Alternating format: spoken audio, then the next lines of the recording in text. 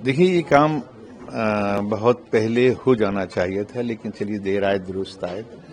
और इसके लिए मैं कांग्रेस पार्टी के नेतृत्व को बहुत बहुत बधाई भी दूंगा और ये कहूंगा कि ये काम उत्तर प्रदेश में इसकी बहुत ज़रूरत थी, बहुत आवश्यकता थी कि जिस तरह से ये काम बहुत ही एक गहराई से अंदर से लोगों के बीच में जाके किया गया है। और जो प्रभारी आए हैं वो और जो अध्यक्ष जो यहाँ पर हुए हैं उन सब ने मिलकर जो है संगठन की एक मजबूत, ईमानदार, डेडिकेटेड लोगों की जो एक टीम बनाई है, ये अपने आप में कांग्रेस पार्टी को आने वाले कल में बहुत ही जो है एक ताकत देगी।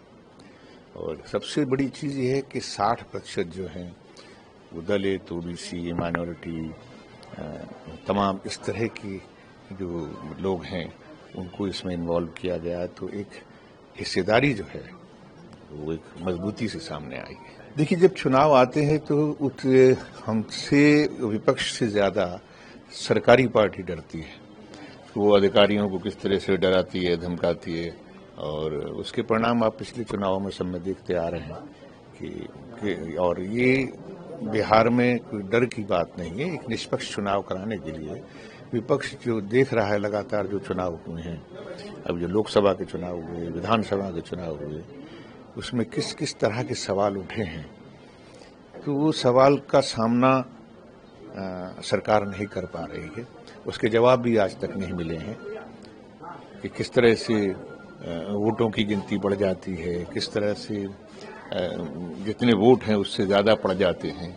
तो ये तमाम चीज़ें हैं जो इलेक्शन कमीशन को इन तमाम जो पुरानी जो एक घटनाएं हुई हैं उस पर सतर्कता बरतने को कहा है। और इसीलिए कि विपक्ष इकट्ठा होकर इस बात को चाह रहा है कि एक न्याय के साथ में एक सुनिश्चित किया जाए कि साहब एक ईमानदारी से चुनाव प्रक्रिया होगी। देखिए भाई, मैं एक पहली बात तो ये कहना चाहूँ कि हिंदू और मुसलमान की बात नहीं है।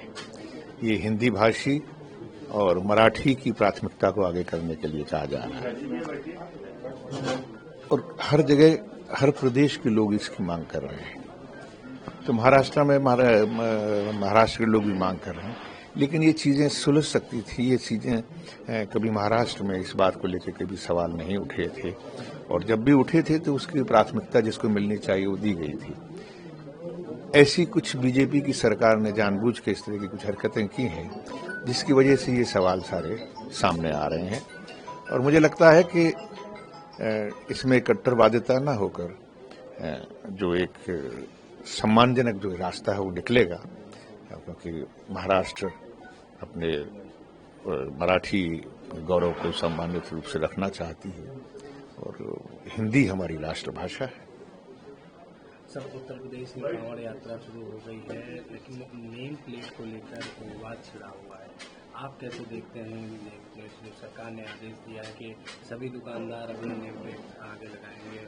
देखिए ये तो जानबूझकर कुछ चीज़ें ये सरकार करती है, और आप देखते ही आ रहे हैं जैसे ही ये कांवड़ यात्रा शुरू होती है उससे पहले कोई ना कोई ऐसा छेड़ दिया जाता है कि लोगों को इसमें उकसाया जाए और ऐसा प्रभावित किया जाए कि जिससे लोग एक दूसरे के साथ में इस तरह के हरकतें करें जिससे कि द्वेष पैदा हो।